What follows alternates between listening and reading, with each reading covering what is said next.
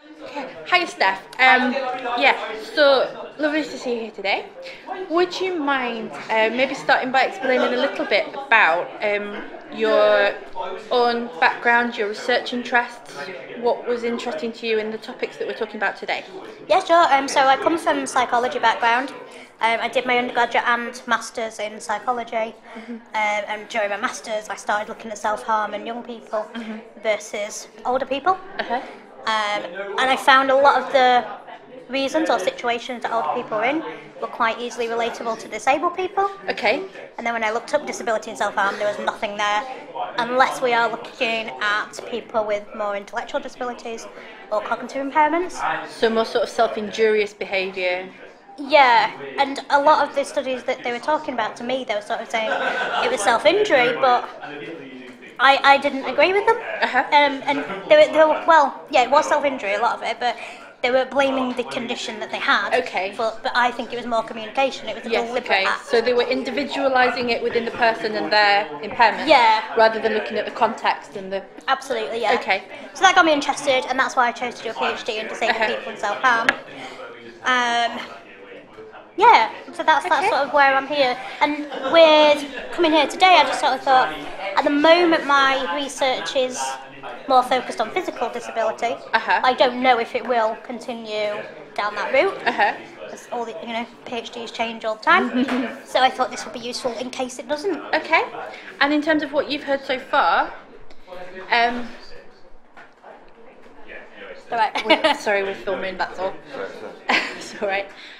Edit that. So in terms of what you've heard today, is there anything so far that has struck you that you think you want to discuss further, or you want to think about further? Anything that's hit you as important?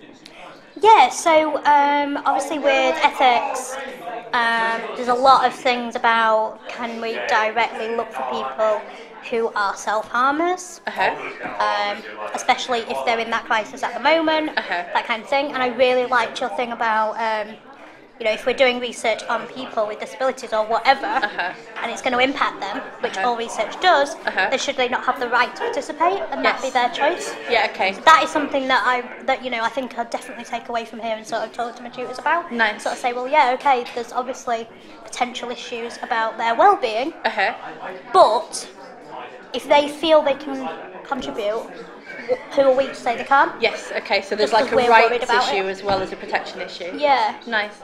And in terms of what might be helpful to you in the future, what have you got ideas about what you might like to see in terms of kind of future discussion, future resources, training that might help you in doing that kind of research? I think more discussions like this, but I think sort of the ethics boards need to hear these discussions as well. Okay. Because it's all very well, obviously, us discussing it and all agreeing, but it's not getting back to the people that make decisions. Okay. Or maybe like a way of discussing that directly with them, that kind of thing. Have you ever heard about the Mental Capacity Act being discussed in any kind of ethics training that you've had or any ethics discussions you've had? I don't think so, no. Our ethics training was online. It was like an online course. Okay. Which obviously you do tend to click through a bit. But nothing flags up in my mind as particularly, other than obviously the normal children's stuff. Yeah. Do you think it'd be helpful if it were in there? Yeah, definitely. And maybe a discussion and sort of questions like these that you're posing to us to think about and sort of debate, Yeah.